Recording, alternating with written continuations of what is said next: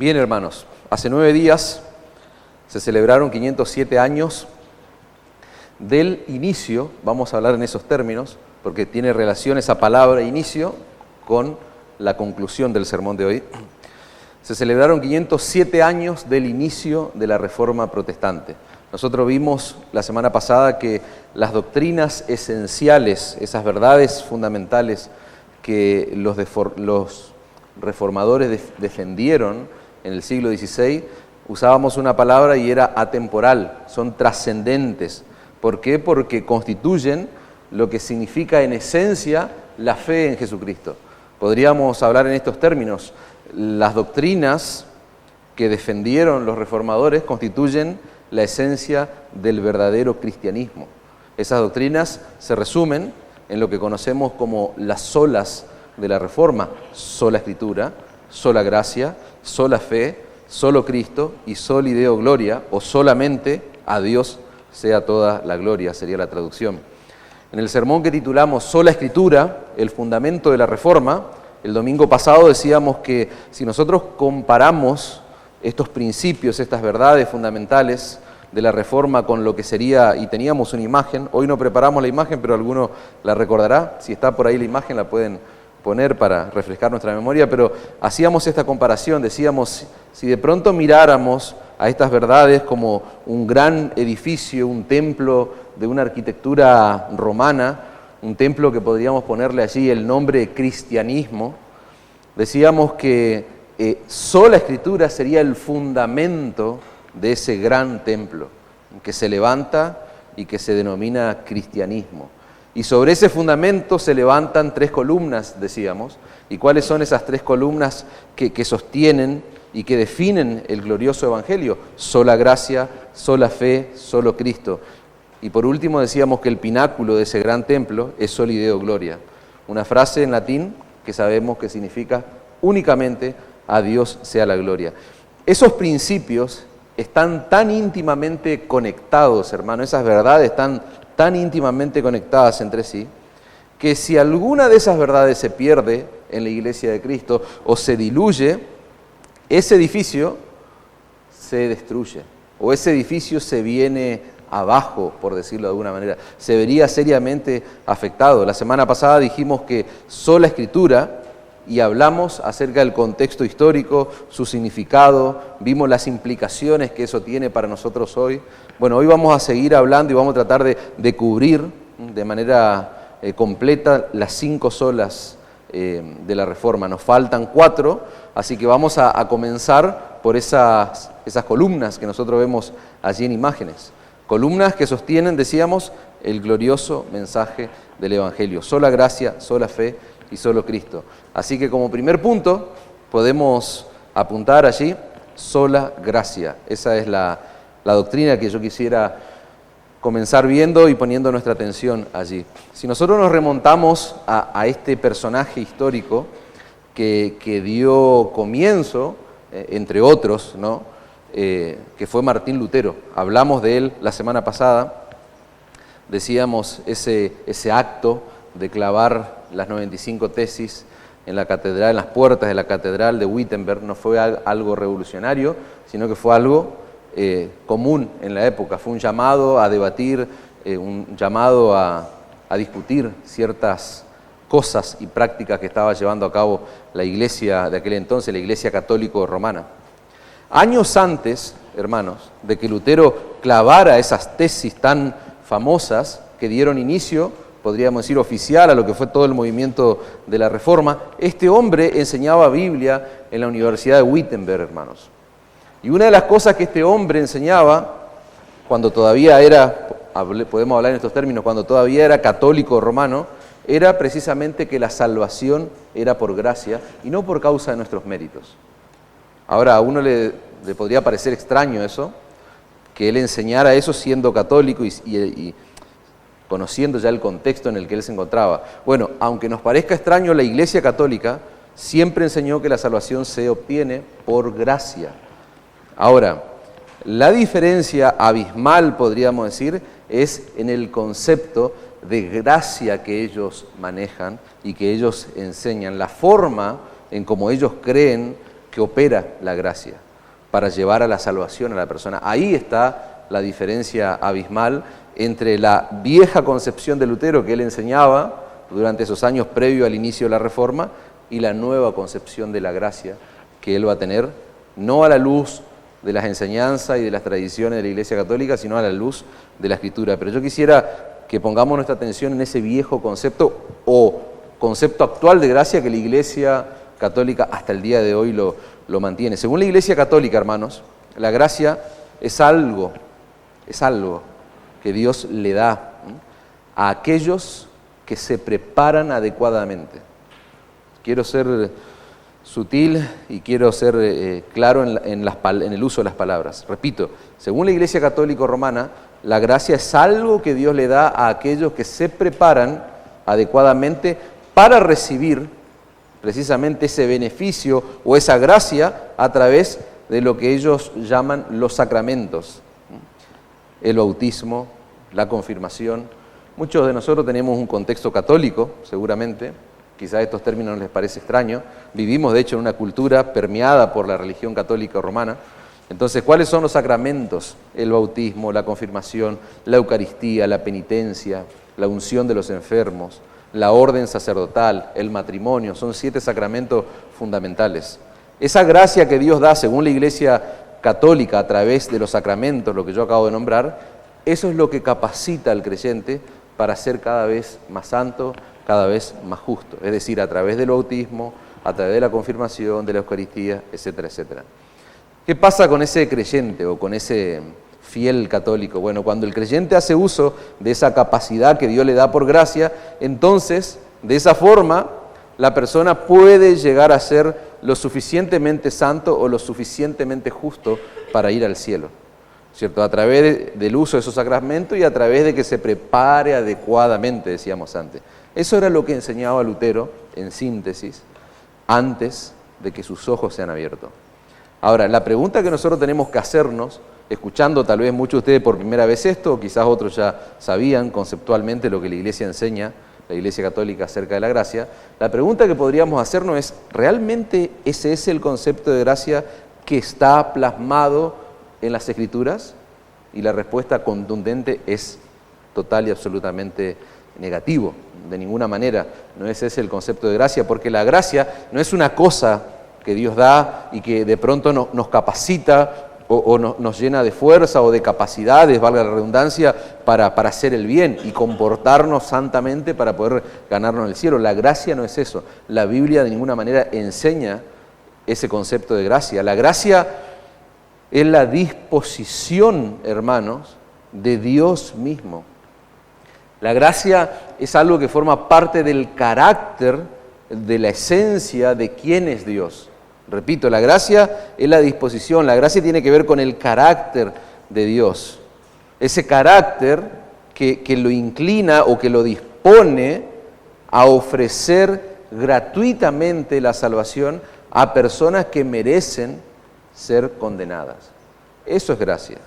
Repito, hermano, es la buena, perfecta y gloriosa disposición que hay en Dios para ofrecer gratuitamente salvación a personas que lo que menos merecen es salvación, sino que merecen ser condenados. Entonces la gracia es eso.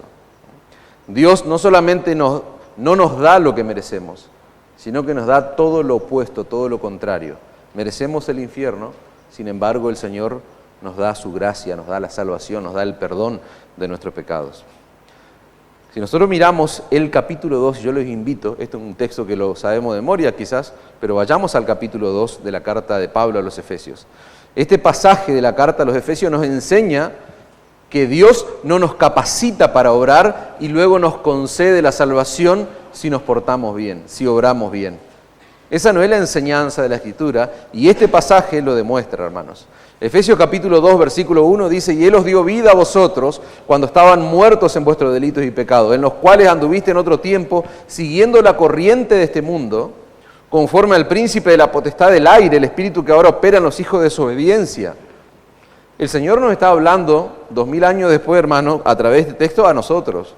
Y cada vez que vos lo leas, este es un recordatorio de quién eras vos antes de que de ser alcanzado por la gracia de Dios.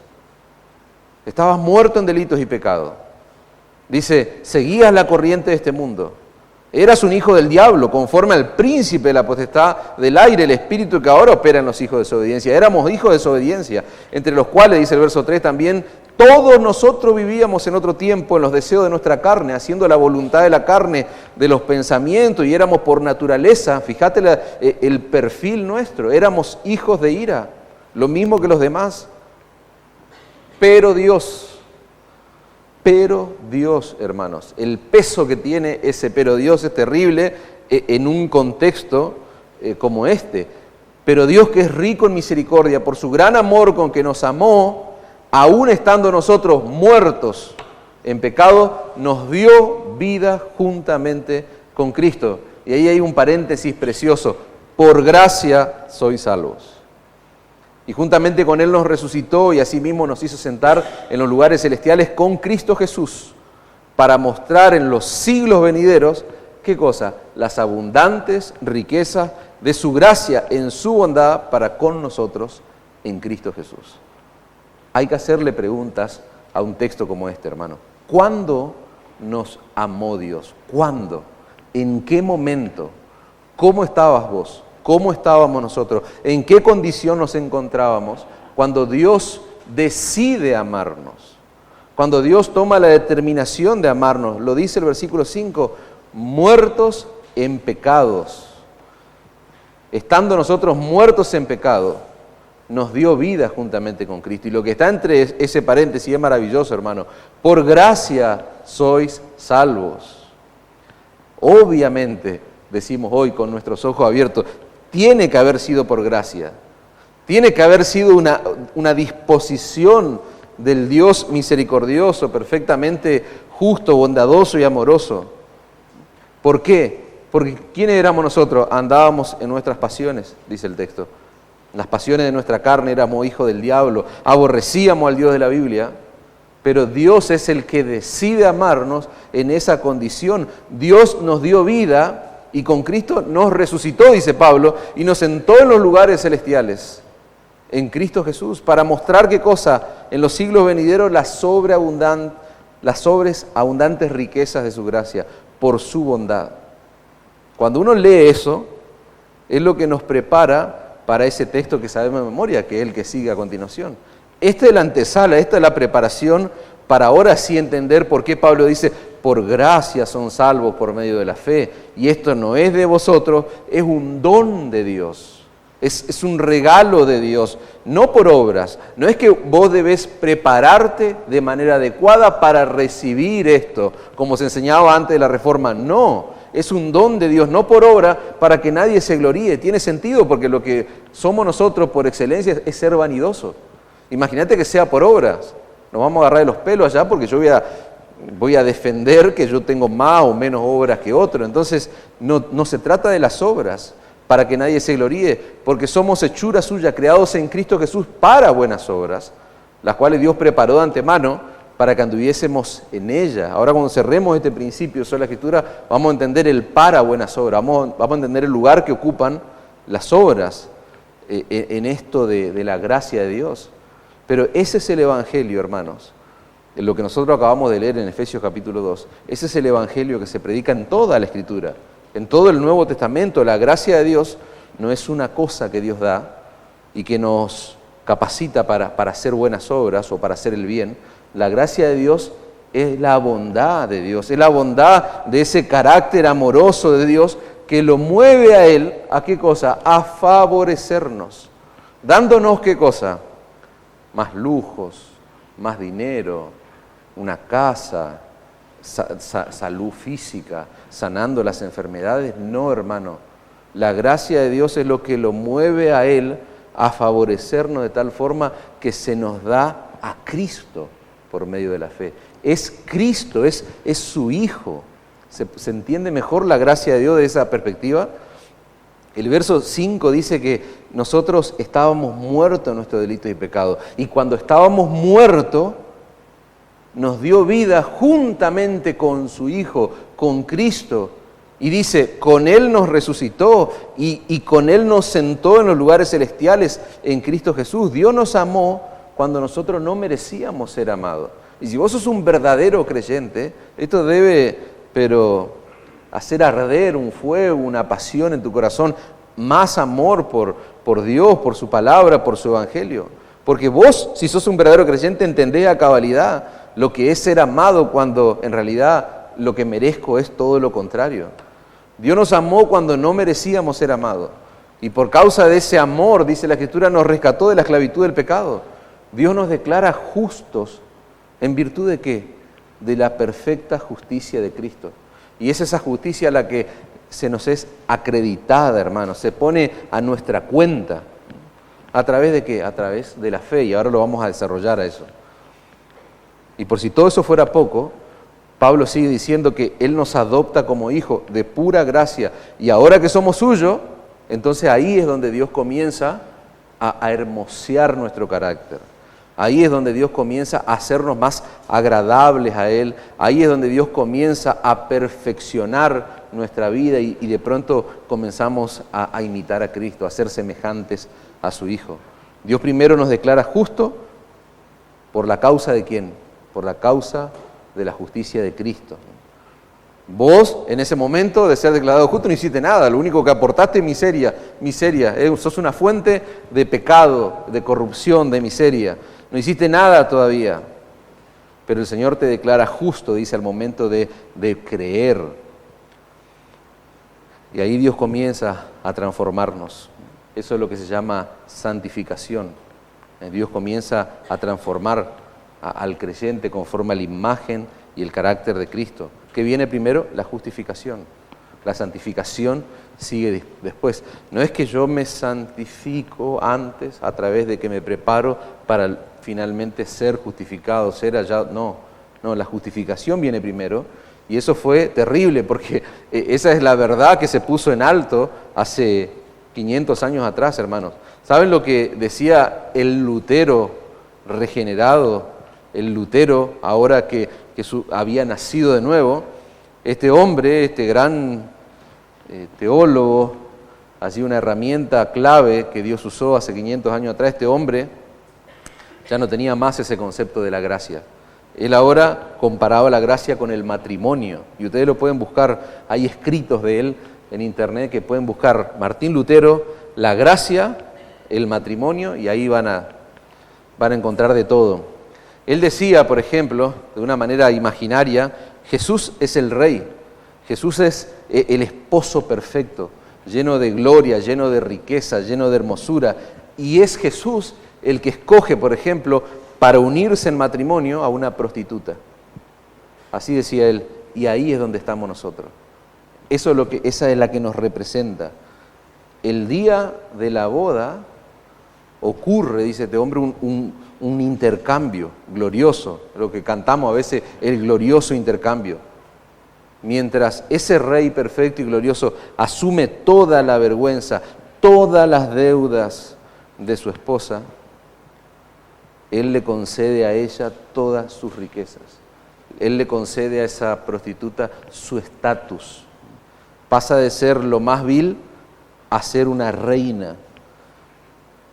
Y aunque a partir de ese momento, dice Lutero, ella no siempre se va a comportar como debería comportarse una reina casada con un rey, ella es reina por la única razón de que está casada con el Rey de Gloria. ¿De quién está hablando? De la Iglesia de Cristo. Y ahí estamos representados nosotros, hermano, ese es nuestro estatus, ese es nuestro lugar, somos parte de la Iglesia de Cristo. Cuando nos comportamos como un cristiano piadoso y tenemos de pronto buenas obras, nuestro estatus, ¿cuál es? Somos la esposa de Cristo. ¿Y qué pasa cuando no nos comportamos como deberíamos hacerlo? ¿Ahí dejamos de ser la esposa de Cristo? No, seguimos siendo la esposa de Cristo. ¿Por qué? Porque nuestro estatus, hermanos, no depende de nuestro comportamiento, de cuántas buenas obras tengamos, de cómo nos estamos preparando. No, nuestro estatus depende del voto matrimonial, siguiendo el ejemplo del matrimonio. Depende del voto matrimonial, de ese acto donde hemos sido unidos a nuestro esposo. Nosotros estamos casados con Cristo. Si vos sos un verdadero creyente y Él te hizo parte de su iglesia, vos tenés que saber que la iglesia, a la luz de la Escritura, no a la luz, Lutero en su imaginación no está imaginándose nada, no está inventando nada, es lo que dice la Escritura. La Escritura dice que la iglesia es la esposa de Cristo. La iglesia es la reina de Cristo. Y siguiendo ese ejemplo del matrimonio, en la misma medida en que esta mujer viva junto al rey, ligada al rey, se sienta segura en su amor, ¿qué va a pasar si nos imagináramos un ejemplo como ese?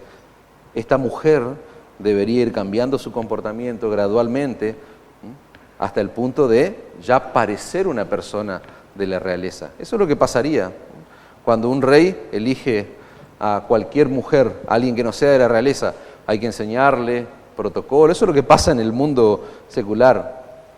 Bueno, eso es lo que pasa en el plano espiritual, hermanos, con la iglesia de Cristo, con los creyentes.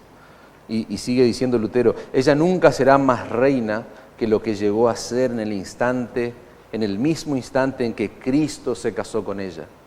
Nunca, no importa lo que haga, nunca va a ser más reina o menos reina. ¿Por qué? Porque ya ese es su estatus. Y cierra la cita, los pecadores, dice, no somos amados porque somos atractivos. Somos atractivos porque somos amados. O sea, Dios no nos amó, ni su gracia se movió hacia nosotros porque hubiera algo de atracción, hubo algo bueno. No, Dios decidió amarnos, hermano. Cuando vos y yo lo que menos teníamos era atracción o éramos atractivos. Lo que nos hace atractivos es el hecho de que Él nos amó, como dice la Escritura, por pura gracia. Y ese es el mensaje del Evangelio, que nosotros necesitamos predicarnos continuamente. Ese es el mensaje del Evangelio que tenemos que predicarle a nuestra alma una y otra vez. ¿Saben por qué? Porque tenemos un corazón que tiene una inclinación hacia absolutamente lo contrario, lo opuesto. Nosotros por naturaleza no entendemos este concepto que yo le estoy diciendo. ¿Cómo? ¿Cómo amar a alguien que no merece ser amado? ¿Qué es lo que te puede mover? Si nosotros estamos acostumbrados, nuestro corazón está acostumbrado a amar a aquel que merece nuestro amor. Pero eso es contrario al Evangelio. Nosotros sabemos intelectualmente que somos salvos por gracia, hermanos. Fíjense lo que nos pasa en ocasiones. Razón versus corazón, llamémosle. Nosotros sabemos intelectualmente que somos salvos por gracia, que somos salvos únicamente por la justicia de Cristo, no por la nuestra. Nosotros sabemos eso, pero emocionalmente hablando, a veces los creyentes no nos sentimos tan amados y tan aceptados por Dios porque vemos nuestro comportamiento. Y estoy hablando ya de un creyente, ya sabemos quiénes somos. Más crecemos y parece que vamos viendo la miseria de nuestro corazón. Bueno, es en esos momentos, si eso te pasa, significa que vas por buen camino, hay buenas noticias, pero no te tires abajo. ¿Por qué? Porque razón versus corazón, decíamos.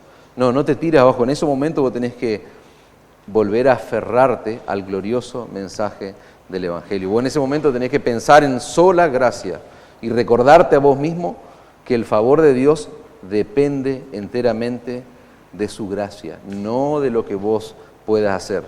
Depende de su amor soberano, de la justicia perfecta de Cristo, que te fue acreditada por medio de la fe. Amén. Es la única razón, hermano, por la que Dios imparte sobre nosotros su favor. Es por Cristo, solo por Cristo. ¿Qué es lo que se nos da? Se nos da a Cristo. ¿Y cuál es ese medio por el cual nosotros podemos recibir a Cristo mismo? Bueno, esa es la respuesta a esa pregunta, es el principio de sola fe. Como la salvación es por gracia, decíamos antes, debido a un favor inmerecido de Dios, la salvación tiene que ser por medio de la fe. Si es por gracia, tiene que ser por fe. ¿Por qué? Porque la fe, dicen muchos autores, muchos teólogos, es el único acto, por decirlo de alguna manera, que el hombre lleva a cabo y no es una obra, porque si no sería salvación por obras. No, es por gracia y tiene que ser únicamente a través de la fe. Así que hablemos un poquito, pensemos en sola fe. En la carta que Pablo le escribe a los romanos, él va a hacer un contraste entre las obras y la gracia, como dos cosas completamente contrarias entre sí.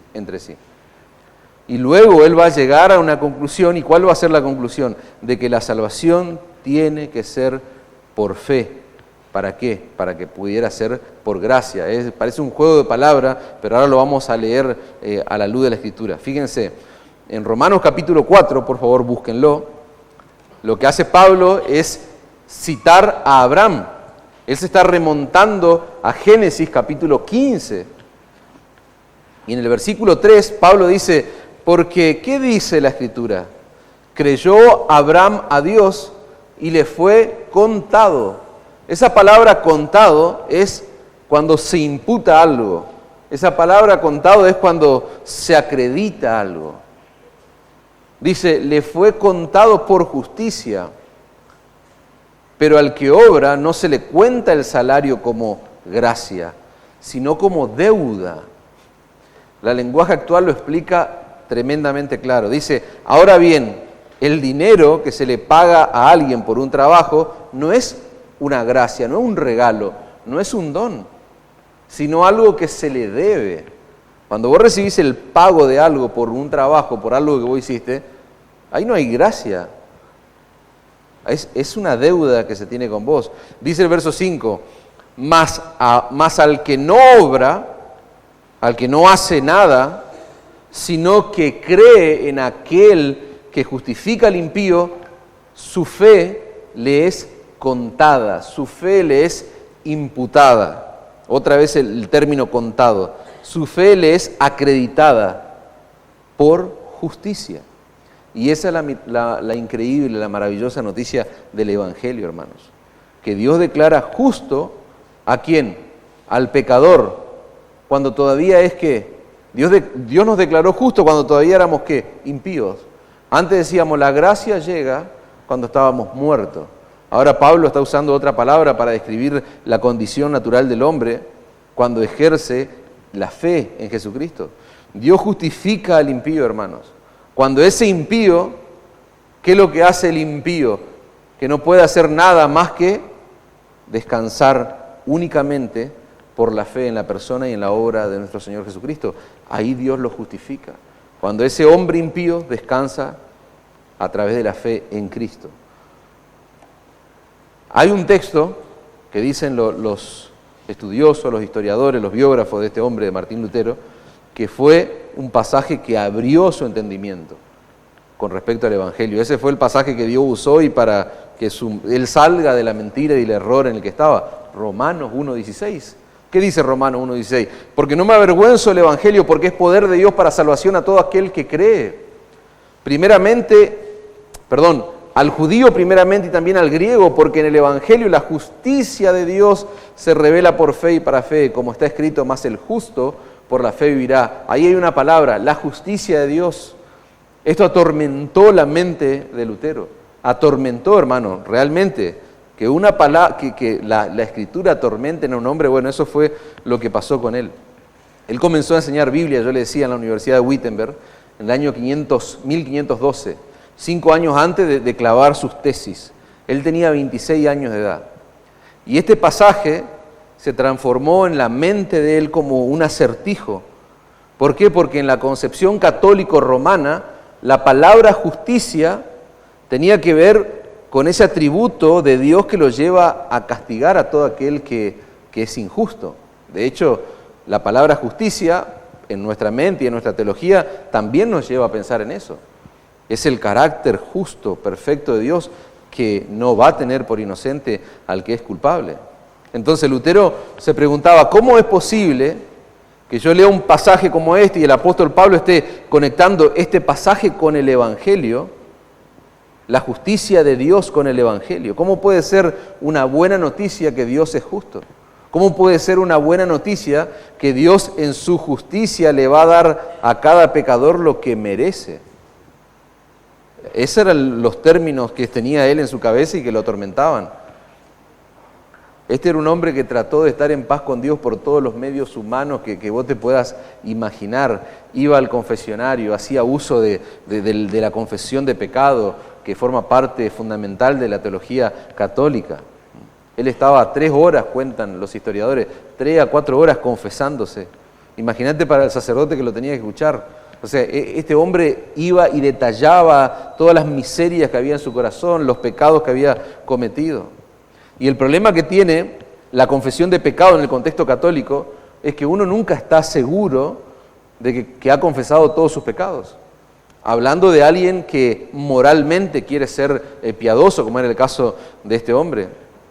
¿Por qué? Porque a uno le dan ciertas penitencias, hace ciertos rezos, hace estas obras, estas prácticas, etcétera, etcétera, pero la persona nunca está completamente segura de que si de verdad la justicia de Dios fue satisfecha con todo esto que estoy rezando o que estoy haciendo. Muchas veces cuentan los historiadores que Lutero salía del confesionario y volvía, a los 5 o 10 minutos volvía porque camino a donde él iba se acordaba de que hubo un pecado que no confesó, una locura. No querían saber nada con escucharlo a Martín Lutero. Y según las propias palabras del mismo Lutero, quedaron registradas en sus diarios íntimos, él llegó, dice, a odiar la frase la justicia de Dios. En su estado de ceguera espiritual, él llegó a odiar la justicia de Dios. Y él dice, y por ende yo llegué a odiar a Dios mismo. O sea, es terrible. Él no podía entender, hermano, cómo Dios, siendo perfecto en santidad, le exige a su criatura que llenen una medida que de ninguna manera la criatura puede llenar, porque vivimos pecando y vivimos cometiendo miseria. Y por si eso fuera poco, él encuentra en la Escritura que Pablo dice, yo no me avergüenzo del Evangelio. ¿Por qué? Porque en el Evangelio se revela la justicia de Dios. ¿Y cómo la justicia si la justicia es lo que castiga el pecado? ¿Cómo vos vas a alegrarte por eso? Textuales palabras de Lutero, dice, yo meditaba día y noche en estas palabras hasta que al fin, por la misericordia de Dios, puse atención a su contexto. Martín Lutero es el claro ejemplo de que no leamos un texto fuera de su contexto, hermano. Leámoslo en su contexto. Dice, puse atención a su contexto. ¿Cuál es el contexto? El versículo 17, porque en el Evangelio la justicia de Dios se revela por fe y para fe, como está escrito, el justo por la fe vivirá. En ese momento este hombre entendió, hermanos, que la justicia de la que habla Pablo en este pasaje no es ese atributo de Dios que hace que Él castigue el pecado. Es la justicia que Él imputa o pone en la cuenta de los pecadores únicamente por medio de la fe. No es la justicia que castiga el pecado, sino que es la perfecta justicia de Cristo que se le imputa al pecador por la fe. Y eso es lo que Pablo continúa enseñando en toda la carta a los romanos. Esa es la enseñanza que atraviesa todo el Nuevo Testamento, hermanos. Nosotros somos declarados justos en la presencia de Dios, no por hacer, sino por creer. Eso es lo que enseña la Biblia. Cuando Él acredita la justicia perfecta de Cristo a nuestra cuenta, ¿eso ocurre a través de qué? ¿A través de lo que hago? No, es porque yo creí, es porque puse mi fe en la persona y en la obra de Cristo. Romanos 3:27, Nueva Traducción Viviente. ¿Podemos entonces jactarnos de haber hecho algo para Dios que nos acepte? No, dice Pablo. Porque nuestra libertad de culpa y cargo no se basa en la obediencia a la ley, no se basa en cuán perfectamente yo puedo obedecer la ley de Dios. Está basada en ¿qué? En la fe, dice Pablo. Así que somos hechos somos hechos justos a los ojos de Dios por medio de la fe, y enfatiza nuevamente, no por obedecer la ley, no por hacer algo. Creer no es una obra, no, eso es un acto de fe, no es una obra. Nosotros fuimos justificados sin hacer ninguna obra, hermano. La justicia que salva es una justicia que es completamente ajena a nosotros. ¿Por qué? Porque es la perfecta justicia de Cristo, que fue puesta a nuestra cuenta cuando nosotros nos abandonamos en Él, cuando nosotros nos rendimos a Él, hermanos, y confiamos pura y exclusivamente en Él. Dios justifica al impío, decíamos antes, cuando ese impío deja de confiar en sus obras, deja de confiar en sí mismo para descansar únicamente, enteramente en Cristo Jesús. Y es obvio, hermano, que todo aquel que realmente ha confiado en Cristo, ¿cómo lo va a evidenciar? A través de sus buenas obras, decíamos antes. que es lo que Pablo dice, para buenas obras, en el versículo 9 de Efesios 2. Nosotros somos salvos únicamente por medio de la fe, pero la fe que salva nunca viene sola. La fe que salva nunca está ausente de buenas obras. ¿Por qué? Porque al creer nuestra vida es unida a la de Cristo. Lo que se nos da cuando la gracia de Dios llega a nuestra vida, decíamos, es Cristo, nada más y nada menos. Y ese Cristo que nosotros recibimos por medio de la fe, no solamente es un Cristo que salva, no, decíamos, es un Cristo que también santifica, porque Él es un Salvador perfecto, que ha llevado a cabo, hermano, una salvación perfecta, aunque ahora en ocasiones tu corazón te diga lo contrario, porque no estás viviendo conforme al estándar bíblico. Bueno, predicate el Evangelio, recordá estas verdades a tu alma. Esto nos da pie para empezar a hablar ahora de solo Cristo. Solo Cristo. Esa es la esencia de todo, hermanos. Solo Cristo. Colosenses capítulo 1, versículo 15. Perdón que los haga ir de un extremo a otro, pero no estamos en un pasaje, en una predicación expositiva, así que acompáñenme, por favor, hermanos. Colosenses capítulo 1, versículo 15.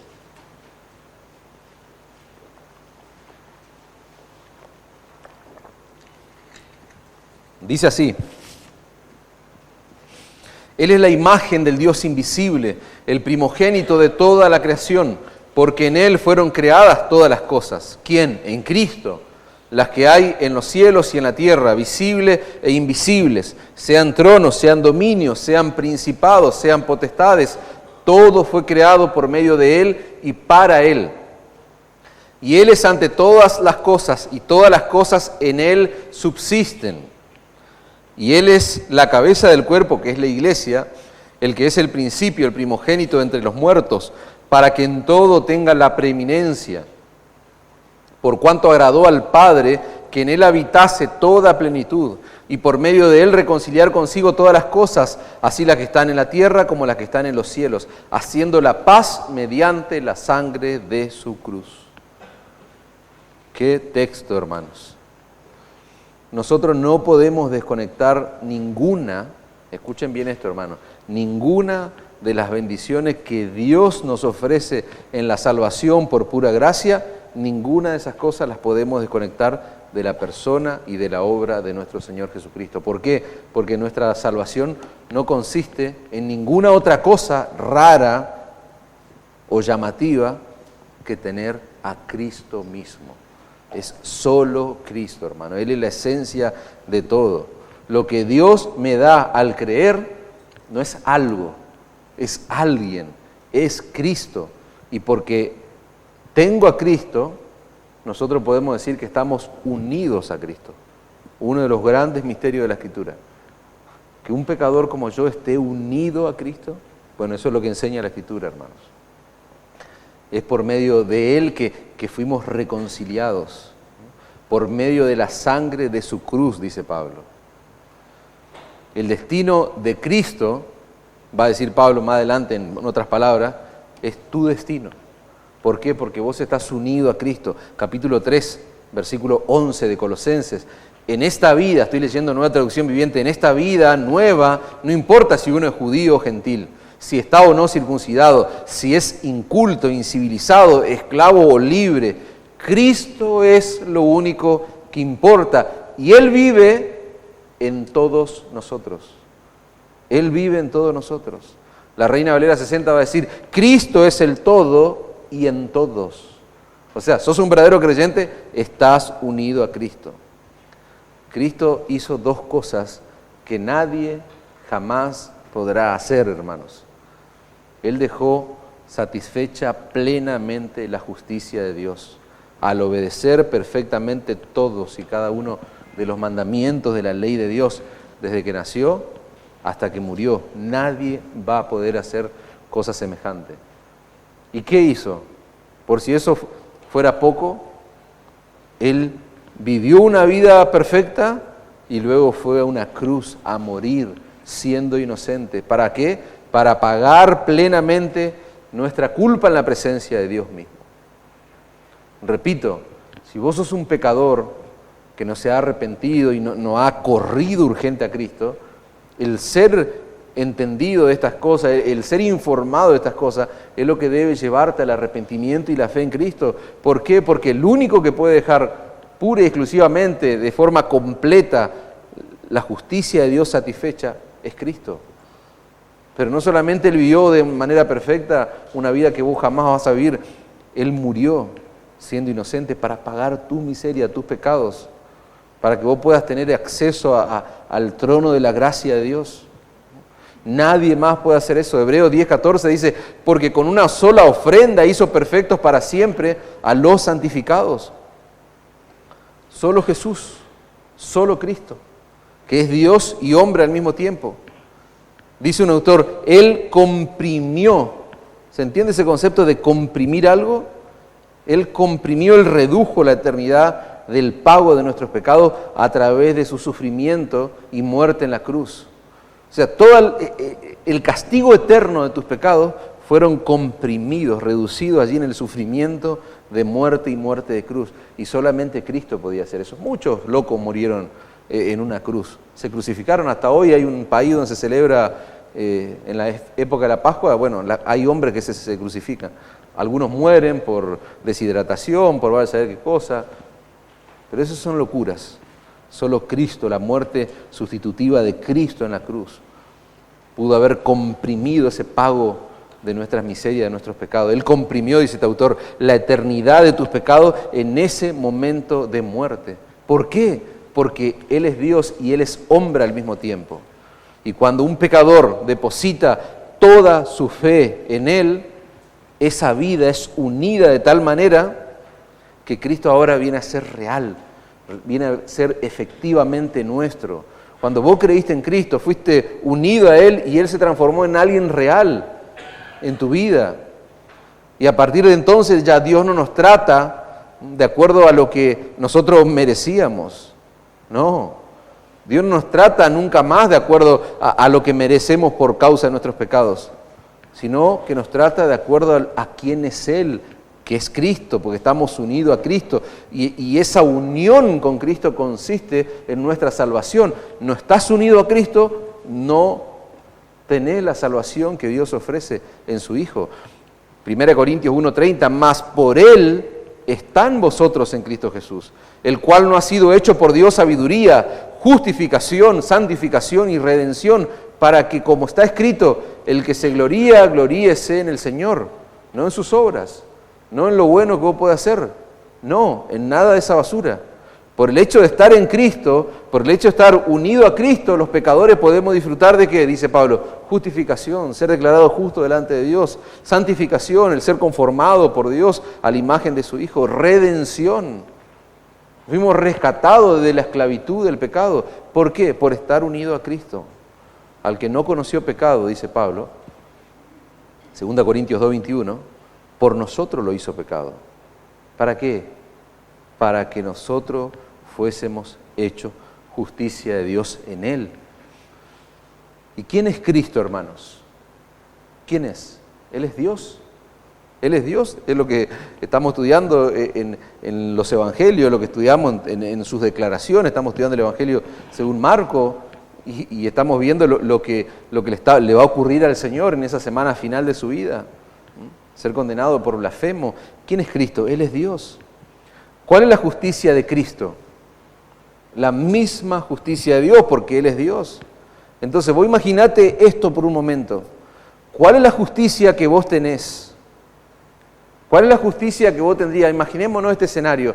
A ver, ¿cuál es la justicia que nosotros tendríamos en esa acta, en ese libro de actas que hay en el cielo? Imaginémonos que está nuestro nombre allí y ahí están registradas todas nuestras obras. ¿Qué es lo que vamos a encontrar allí? ¿Nuestras obras? No, es la obra de Cristo, es su justicia. La Escritura dice que ahora tenemos la justicia de Cristo. O sea que en ese libro imaginario, si hubiera un libro, estarían la justicia de Él, las obras de Cristo, no nuestras obras. Nuestras mejores obras son trapo de inmundicia para Dios. Entonces yo lo que necesito es encontrarme con la eternidad amparado en la justicia de Cristo, no en mi propia justicia. Nosotros no somos tan justos, hermanos, en estatus como Jesús, porque es la justicia de Jesús la que fue puesta a nuestra cuenta por medio de la fe. Somos justicia de Dios en Él, dice la Escritura. Filipenses capítulo 3, versículo 7, ¿cuántas cosas eran para mi ganancia? ¿Te acordás de Pablo allí en ese texto? Él recordando quién era él antes de Cristo. ¿Cuántas cosas eran para mi ganancia? Lutero era un miserable, él se veía a sí mismo como un miserable pecador que no podía alcanzar la gracia de Dios. Pablo, todo lo contrario. Pablo, él dice, yo era el mejor entre los judíos. Era el más grande. ¿Cuántas cosas eran para mi ganancia? Las he estimado como pérdida por amor a Cristo. Y ciertamente aún estimo todas las cosas como pérdida por la excelencia del conocimiento de Cristo Jesús, mi Señor. Mi Dios es lo que está diciendo, por amor del cual lo perdí todo y lo tengo por basura para ganar, para crecer, para sumergirme cada vez más. ¿En quién? En Cristo, dice Pablo. Él está hablando de lo bueno que era, de las buenas obras, del currículum de santidad que él tenía por ser judío, el más judío que los demás. Él era fariseo de fariseo, pero él dice, yo todo eso lo he perdido. Yo lo he abandonado, lo he dejado atrás, lo tomé por basura para ganar a Cristo. Y dice el verso 9, y ser hallado en Él, no teniendo mi propia justicia que es por la ley, sino la que es por la fe de Cristo. ¿La justicia de quién? La justicia de Dios por la fe. ¡Wow, hermanos! ¡Qué increíble! O sea, leer estos pasajes una y otra vez no abren tu mente, tu corazón. Decíamos la semana pasada, mirar para atrás. La iglesia avanza mirando para atrás, mirando el privilegio que es tener la palabra de Dios, hermanos, en nuestro lenguaje, y poder leerla y poder escucharla, y que eso gane terreno en nuestra mente, en nuestro corazón. Celebramos, cada vez que celebramos la Reforma, celebramos que hemos vuelto a la Escritura, hermano. La pureza del Evangelio fue traída por la palabra de Dios, sola Escritura, y podemos entender estas verdades. Fuera de Cristo, vos no necesitas absolutamente nada más para tener la salvación que Dios ofrece y para tener acceso a Dios. ¿Por qué? Porque en Cristo fuimos reconciliados, dice Pablo. Hay un solo Dios y hay un solo mediador entre Dios y los hombres. ¿Quién es ese? Jesucristo, hombre. Ese fue el mensaje que los reformadores defendieron, hermanos, y que proclamaron en el siglo XVI. ¿Y por qué? ¿Porque inventaron algo nuevo? No, porque ese es el mensaje del Evangelio que nosotros encontramos en la palabra de Dios. Ese es el mensaje del Evangelio que nosotros encontramos en todo el Nuevo Testamento. Es un mensaje que nos recuerda que la salvación depende enteramente de Dios, de principio a fin. Él es el que nos ha reconciliado gratuitamente por gracia, por medio de la fe, en Cristo. Sola gracia, sola fe, solo Cristo, hermanos. ¿Se dan cuenta por qué esas columnas sostienen el mensaje del Evangelio? Veamos la última de las solas. Soli Deo Gloria. Solo a Dios sea la gloria, hermanos. Si la salvación es un regalo, decíamos antes, que Dios nos concede de pura gracia, ¿en qué momento? Cuando éramos impíos, cuando estábamos muertos en delitos y pecados. La salvación es un regalo que se nos concede cuando vos y yo no merecíamos tal regalo. Y ese regalo se nos ofrece por medio de Cristo, está en Cristo. Entonces, si la salvación es todo eso, es por pura gracia, es a través de la fe, y se nos da a Cristo, y es a través de Él que nosotros obtenemos la salvación. Entonces, ¿quién merece recibir toda la gloria por nuestra salvación, hermano? ¿Yo? ¿El hombre? O sea, hay alguien que merece recibir toda la gloria, y ese es Dios, hermano, y nadie más. Por eso decíamos, la Reforma lo que trajo fue la pureza de la centralidad del Evangelio, la pureza del corazón del Evangelio. ¿Y quién es la pureza? ¿Dónde está la centralidad? Dios mismo, hermanos.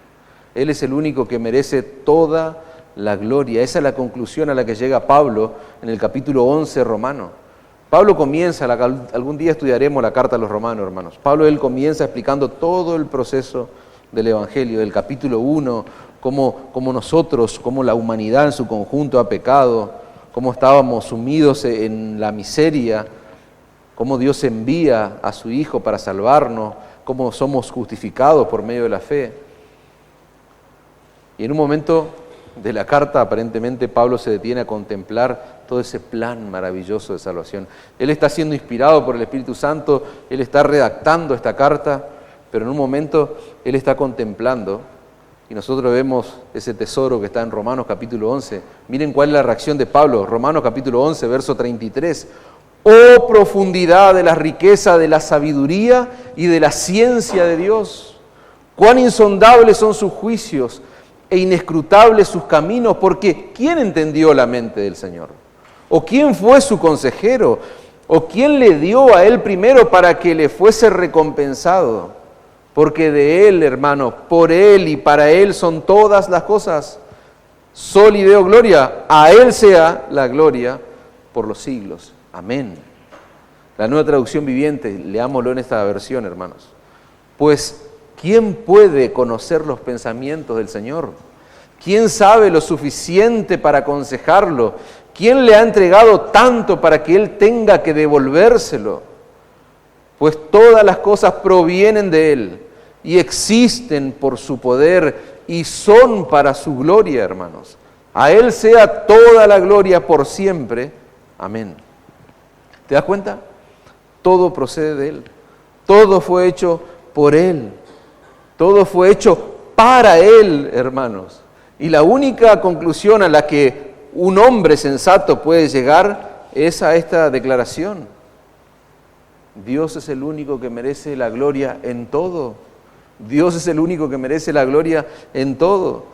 Lo que eso significa en la práctica, hermanos, es que Él debe ser adorado, Él debe ser exaltado, no solo por todo lo que Él ha hecho y por todo lo que Él es, sino también por todo lo que nosotros hacemos. Lo voy a decir de nuevo para que se entienda.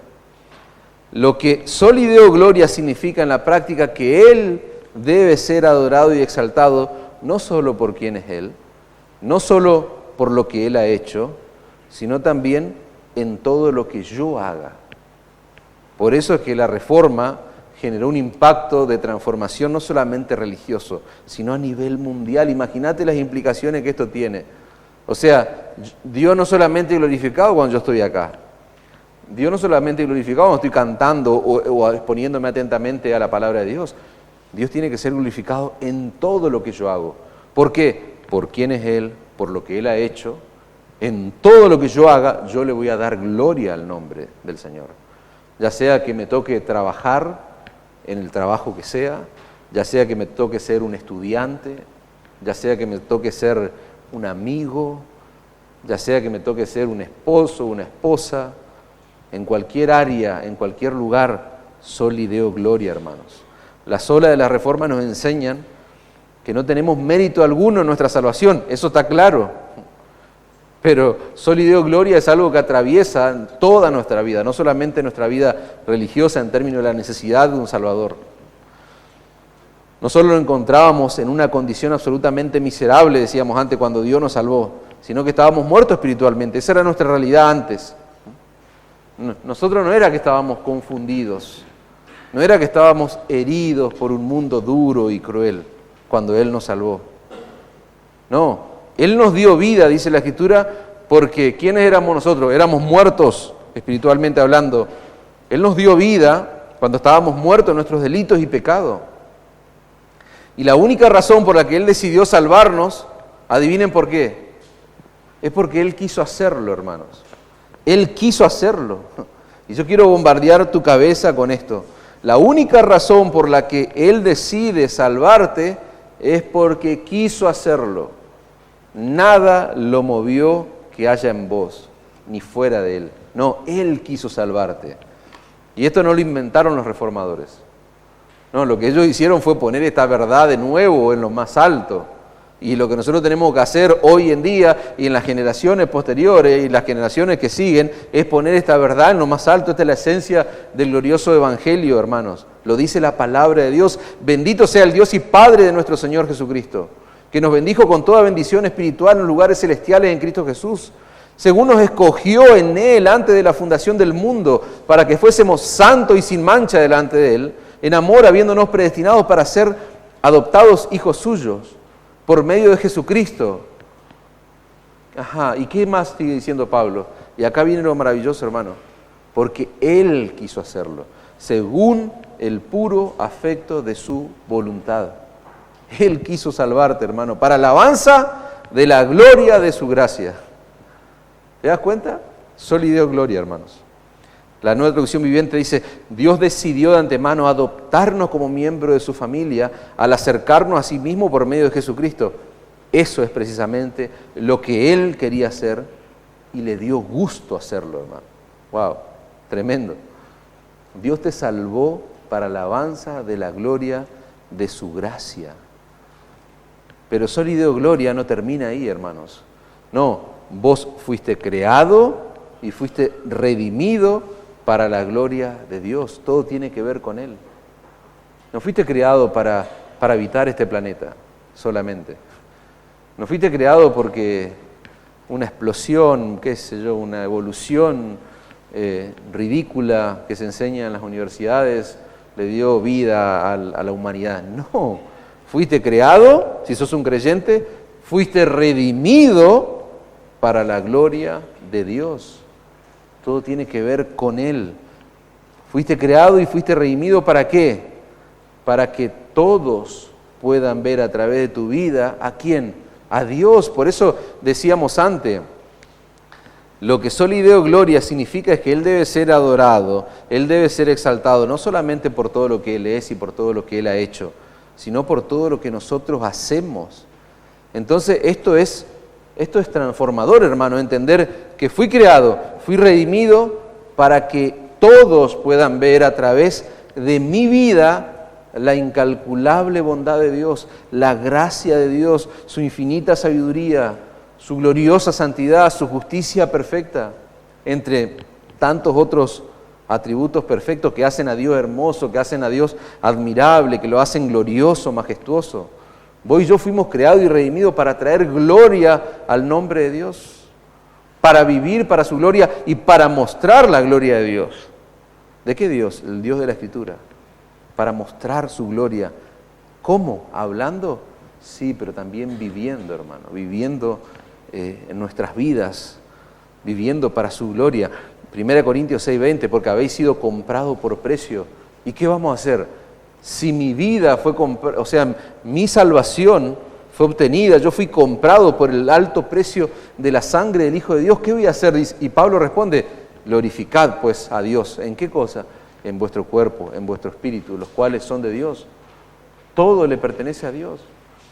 Todo, todo.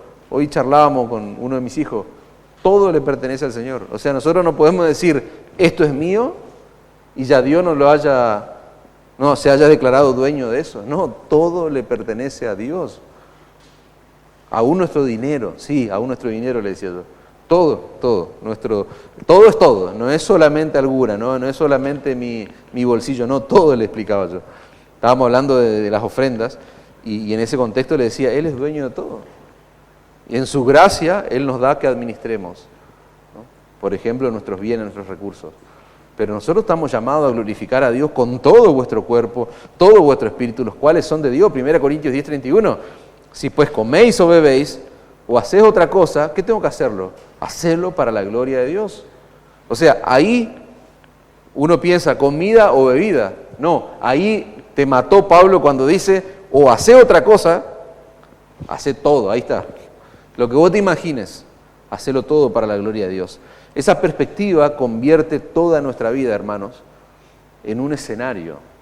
Esa perspectiva convierte toda nuestra vida en una especie de película. ¿No te pasaba de chico que te imaginabas como actuando en una película o veías una película y vos decías, wow, eso pasa por las mentes de algunos chicos y de algunos grandes también? Ahora, la perspectiva de Soli Deo Gloria, la perspectiva de las doctrinas reformadas, hermanos, convierte toda nuestra vida en una especie de película o escenario en el cual el carácter glorioso de Dios debe hacerse evidente. Los demás tienen que ver esa película y verse asombrados. ¿Por qué? Porque todo lo que hacemos, a pesar de nuestras faltas, a pesar de nuestras debilidades, a pesar de quiénes somos, todo lo que hacemos lo hacemos para su gloria, porque le damos gloria a Dios en todo. Por lo que Él hace, por quién es Él, ¿en qué le voy a dar gloria? En todo lo que yo hago, hermanos. Y podríamos estar un sermón más hablando de sólido gloria, que lo vamos a hacer en algún momento. Pero ahora cerramos por ahí, por ahora cerramos ese principio, hermano, y quiero concluir este sermón. Yo quiero cerrar esta predicación trayendo a memoria el planteo que hacíamos la semana pasada acerca de estar celebrando 507 años de la Reforma Protestante. Decíamos la semana pasada, ¿qué importancia tienen las solas de la Reforma para la Iglesia de hoy, 507 años después? O sea, ¿qué relevancia? ¿Por qué es importante la Reforma para nosotros hoy? ¿Por qué tenemos que seguir hablando de lo que pasó 500 años atrás? ¿Por qué tenemos que enseñarle a nuestros hijos? Decíamos, nuestros hijos no pueden saber más de Halloween que de la Reforma. O sea, nuestros hijos no pueden saber la historia o todos los mitos alrededor de Halloween y no conocer las verdades de la Reforma, las verdades que se rescataron hace 500 años atrás. Entonces, ¿por qué es importante hablar de la Reforma, de las solas de la Reforma? La importancia de las solas de la Reforma, hermanos, radica en que no son solo declaraciones doctrinales históricas. No es una bendición histórica. No, hermano. Las solas de la Reforma representan el corazón mismo del Evangelio que nosotros creemos y que predicamos. Por eso decíamos, representan la esencia del cristianismo, decíamos al principio en la introducción. Las 5 solas nos recuerdan, hermanos, en este mundo en el que nosotros vivimos, un mundo lleno de confusión, de falsa doctrina, un mundo lleno de mentira, las solas de la Reforma nos recuerdan dónde está la verdad. ¿Dónde está la verdad? ¿Dónde está la verdad? En la Escritura, sola Escritura. ¿Dónde está la verdad? Solo Cristo, en la obra completa de Cristo. ¿Dónde está la verdad? En la gracia inmerecida de Dios. ¿Dónde está la verdad? En la fe que nos une a Él. ¿Dónde está la verdad? En la gloria que le pertenece solo a Él. O sea, en un mundo de mentira, en un mundo de falsedad, en un mundo donde el hombre es el centro, nosotros necesitamos la sola de la Reforma, hermano. Nosotros necesitamos mirar hacia atrás. La Reforma sigue siendo relevante para nosotros hoy. ¿Por qué? Porque somos una iglesia que necesita volver a estas verdades una y otra vez, una y otra vez. Nosotros vivimos una época, en una cultura, hermanos, donde se sigue creyendo como hace 500 años atrás y donde ya forma parte de la esencia del hombre, se sigue creyendo y buscando el mérito personal. O sea, pero eso no funciona, eso no sirve para Dios. Nosotros vivimos en un mundo donde la verdad es relativa. Hoy los niños ya no saben distinguir entre un hombre y una mujer, por ejemplo, porque ya se está oscureciendo eso. Y necesitamos reivindicar, o sea, una locura, algo que es totalmente claro, pero nosotros necesitamos enseñarle por todas las barbaridades que seguramente ellos escuchan en la escuela. Entonces vivimos en un mundo de una verdad relativa.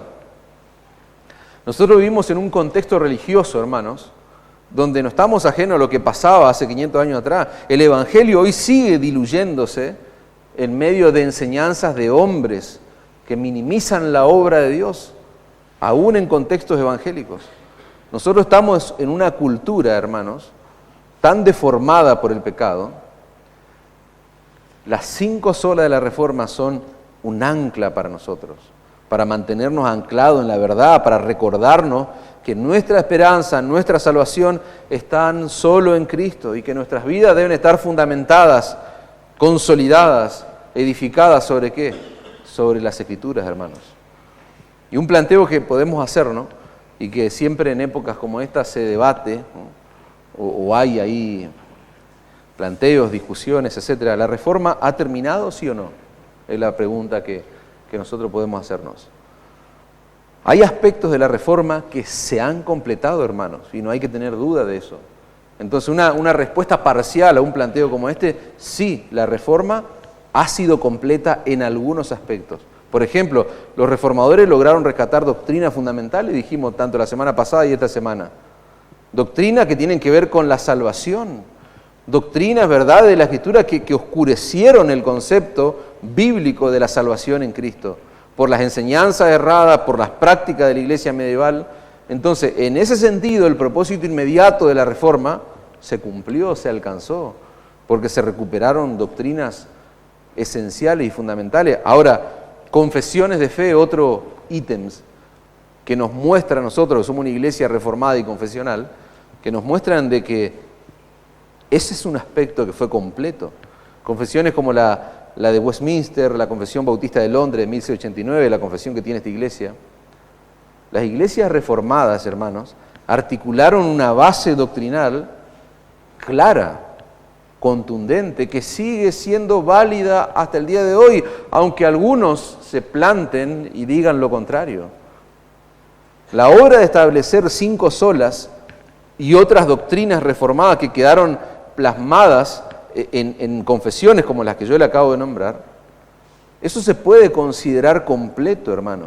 ¿En qué sentido? En el sentido de que esos principios ya fueron claramente definidos, no requieren que nosotros modifiquemos. ¿Para qué nos vamos a poner a inventar una confesión de fe cuando podemos adherirnos a una confesión de fe que ha pasado la prueba del tiempo y que tiene que ver estrictamente con estas verdades que hemos abrazado como iglesia reformada, hermanos? Ahora, si nosotros queremos ser estrictamente bíblicos, en cuanto a este planteo que decíamos, ¿la Reforma terminó sí o no? Si nosotros queremos ser estrictamente bíblicos, nosotros tenemos que afirmar que la Reforma aún no ha terminado. O sea, podemos hablar de una reforma continua. ¿Por qué? Porque la iglesia necesita evaluarse, decíamos la semana pasada. Necesitamos someter nuestras creencias, nuestras prácticas. ¿A qué cosa? A sola Escritura, a la palabra de Dios. El proceso de santificación y purificación en la iglesia, hermano, es continuo y se va a mantener hasta qué momento, hasta cuándo, hasta que Cristo venga en gloria en su segunda venida, por lo cual nosotros podemos hablar de una reforma continua. Ahora la pregunta es, ¿en qué sentido podemos hablar en una reforma continua? En el sentido de que cada generación de creyente necesitará seguir siendo reformada, cada generación de creyentes, por la palabra de Dios. Acá hay una generación de creyentes que está siendo instruida en base a la reforma protestante. La próxima generación de creyentes de esta iglesia local necesita seguir siendo reformada por la palabra de Dios. Entonces, podemos hablar de una reforma continua. La iglesia debe continuar siendo, ¿qué cosa? Siendo lo que Dios determinó y estableció que sea, columna y baluarte de la verdad, proclamando con claridad el Evangelio. ¿Para qué? Para que el nombre de Dios sea en todo glorificado, hermano. La obra de la Reforma en cuanto a la recuperación de doctrinas esenciales terminó. Hoy hablábamos con nuestro hermano Walter, un peligro hablar de iluminación, de algo que comenzó, pero es un peligro cuando nos metemos en ese terreno. ¿Por qué? Porque yo tengo que entender que las doctrinas fundamentales y esenciales, eso sí terminó, ya fueron recuperadas por la gracia de Dios, porque es una obra de Dios. Ahora, el principio de reforma continua, eso no ha terminado. Entonces, si hablamos en cuanto al principio de reforma continua, sí, estamos de acuerdo. La reforma continúa. Cada generación de creyentes tendrá la necesidad constante de revisar sus creencias y sus prácticas según la Escritura. Lo hemos dicho en este púlpito más de una vez. El tema está con la segunda y tercera generación. La segunda generación da por sentado el Evangelio, la tercera ya y la cuarta se pervirtió y esto se transformó en cualquier cosa menos una iglesia. Entonces, cada generación de creyentes debe aplicar y debe vivir bajo el principio de la reforma continua. Pero las verdades esenciales ya fueron recuperadas, fueron restauradas, la pureza del Evangelio fue lograda, hermanos. Entonces, quiero cerrar con puntos prácticos de aplicación. Tenemos que hablar de una reforma continua porque las diferencias, por ejemplo, y no quiero sonar así confrontador, chocante, yo sé que estamos en confianza acá, pero cuando se trata del catolicismo romano, nosotros vivimos una cultura permeada por el ecumenismo. Entonces, ¿podemos hablar de reforma continua? Sí, porque la diferencia entre el catolicismo romano y el cristianismo bíblico que nosotros profesamos, que abrazamos y que proclamamos, siguen siendo irreconciliables esas diferencias, hermano, tal como lo fueron en los días de la Reforma. Entonces nosotros hoy, más que nunca, como Iglesia Reformada, necesitamos poner en alto estas verdades. Nosotros vivimos en un mundo marcado por el ecumenismo. Y decir esto que yo estoy diciendo no es políticamente correcto. Yo debiera ser más conciliador en el discurso del púlpito. Esto está siendo grabado, va a quedar registro para la posteridad, y etcétera, etcétera. Hoy en día, la Iglesia Católica, la Iglesia Evangélica, están muy unidas, hermanos, por muchas causas nobles. Eso no pasa en Europa, eso pasa acá, en nuestra cultura, pasa en nuestra ciudad. O sea, hoy las iglesias evangélicas de nuestro contexto conviven con el catolicismo en muchas causas nobles. La Iglesia Católica, la Iglesia Evangélica, más allá de lo que cada uno cree, están unidas, levantando su voz para frenar el avance de lo que podemos considerar como una agenda inmoral que se nos impone por la fuerza en la sociedad, a través de diferentes medios de comunicación, política, escuela, etcétera, etcétera. Ahora, el unir fuerzas y levantar una voz en contra de las perversiones que se le enseñan a nuestros hijos, en contra del aborto, por ejemplo, y tantas otras causas, eso es muy noble, eso es muy bueno, pero hay que tener un cuidado tremendo, hermanos. Hay que tener mucho cuidado, ¿por qué? Porque si en esas batallas morales en las que nosotros nos unimos como evangélicos junto con el catolicismo romano, si en esa batalla nosotros dejamos de defender el Evangelio y nosotros dejamos de proclamarlo con total y absoluta claridad, de tal forma que en nuestra predicación se deje realmente en evidencia la falsa doctrina del catolicismo romano, si nosotros caemos en eso, si empezamos a diluir el mensaje del Evangelio y no ponemos en evidencia los errores que hay del otro lado de la vereda, eso es lo peor que nos puede pasar, hermano. Y este mundo nos lleva hacia ese lugar.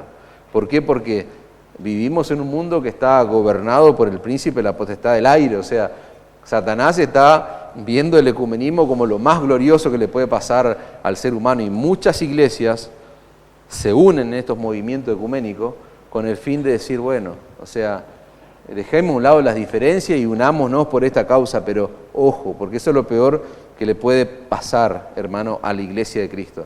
Cuando el Evangelio es comprometido, se pone en juego la salvación eterna de las almas.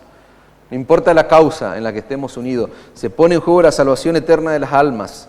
Se pone en juego la salud y la permanencia de una iglesia local. Repito, la salud y la permanencia de una iglesia local. Las distorsiones que provocaron, hermano, la reforma en el siglo XVI, permanecen hoy en el catolicismo romano, mal que les pese a algunos evangélicos. Porque lo que yo estoy diciendo quizás le duele más a algunos evangélicos que a los mismos católicos. La Iglesia Católica, dicen varios autores, es irreformable por su propia doctrina. Lutero es el ejemplo de eso, no se pudo reformar, no se pudo cambiar. La Iglesia Católica no mejoró después de Lutero, hermanos. La Iglesia Católica empeoró, y podríamos estar mucho tiempo hablando de cuáles son los argumentos que hoy tenemos.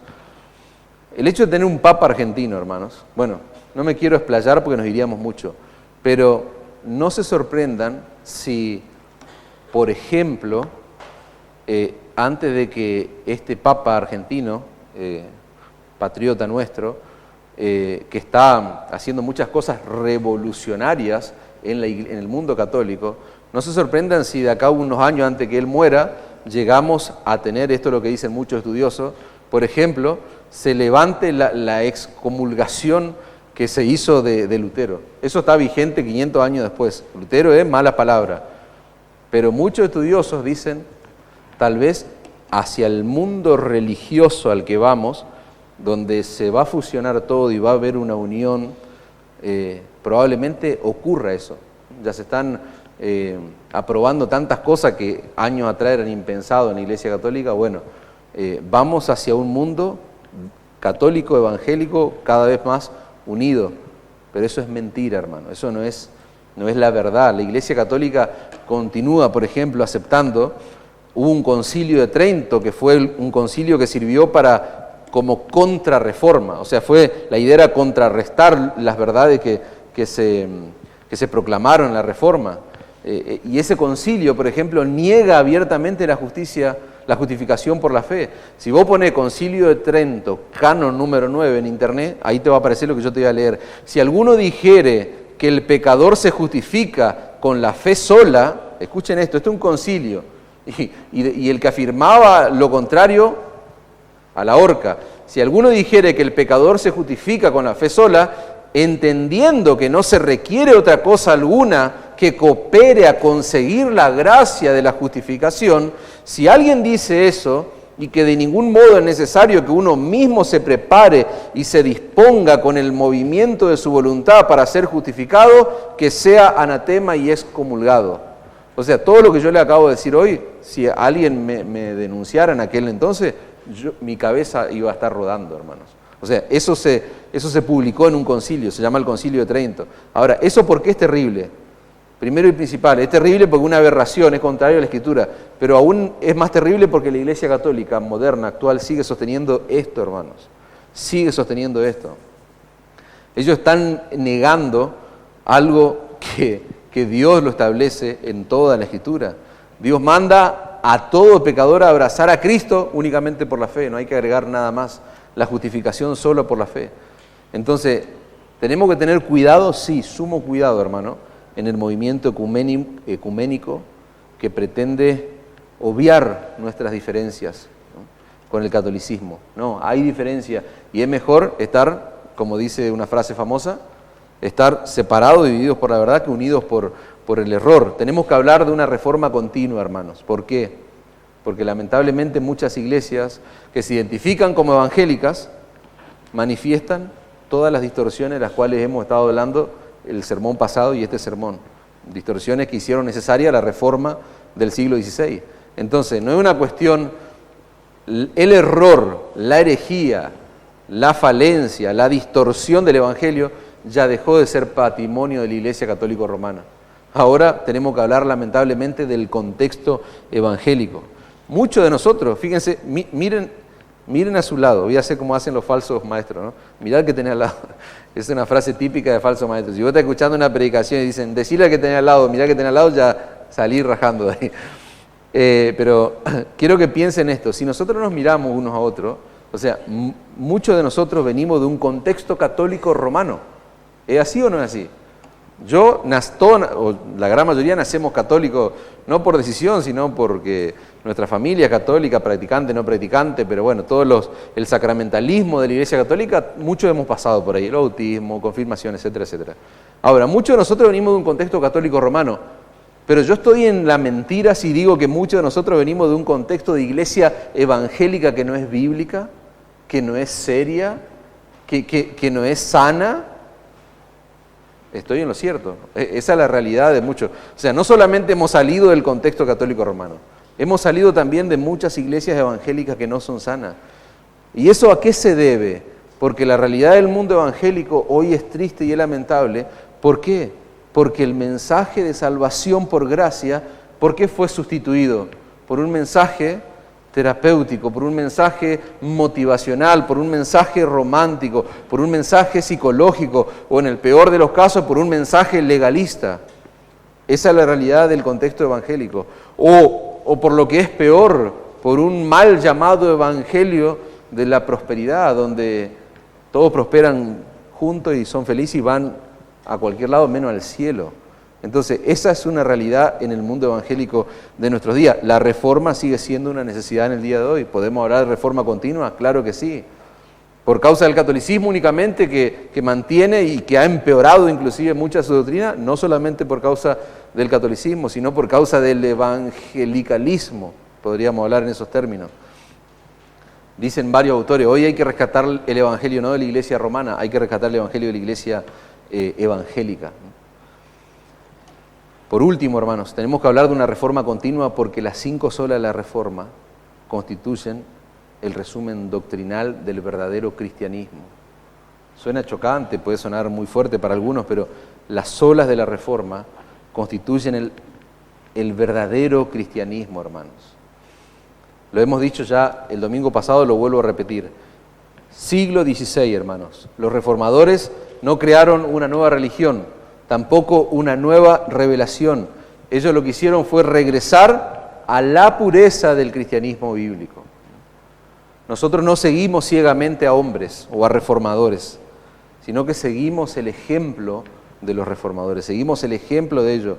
¿Y cuál es el ejemplo? El volver continuamente a las Escrituras. ¿Para qué? Para examinar nuestra vida, para examinar nuestra iglesia a la luz de la Escritura, no a la luz de una tradición o ideas de hombres. Somos una iglesia reformada, pero no somos una iglesia reformada, hermanos, porque nosotros pertenecemos a una nueva denominación que comenzó en el siglo XVI, que se llama reformada. No, ese no es el espíritu, no es la esencia de ser reformado. Somos reformados porque abrazamos de todo corazón el principio de sola Escritura. Defendemos el fundamento que vemos ahí en esa imagen de sola Escritura. Somos reformados, hermanos, porque creemos que la iglesia solo puede avanzar, decíamos la semana atrás. ¿Cómo avanzamos?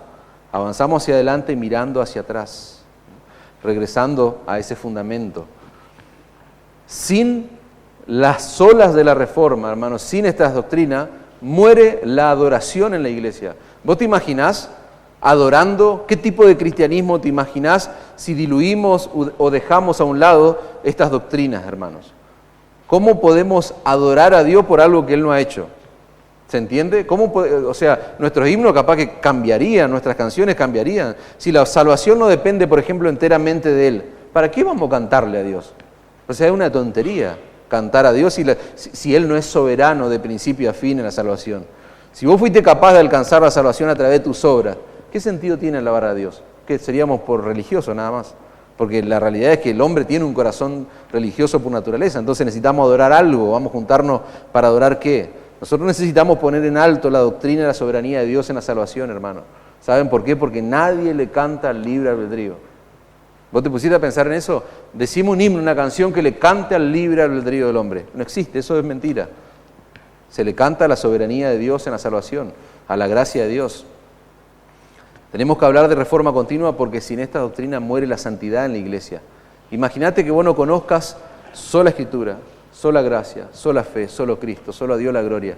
¿Vos tendrías gana o incentivo para vivir santamente, para vivir vidas que le agraden a Dios? ¿Vos tendrías el gozo del Evangelio? ¿Sería una buena noticia el Evangelio si no existieran estas verdades? ¿Habría gozo en tu corazón?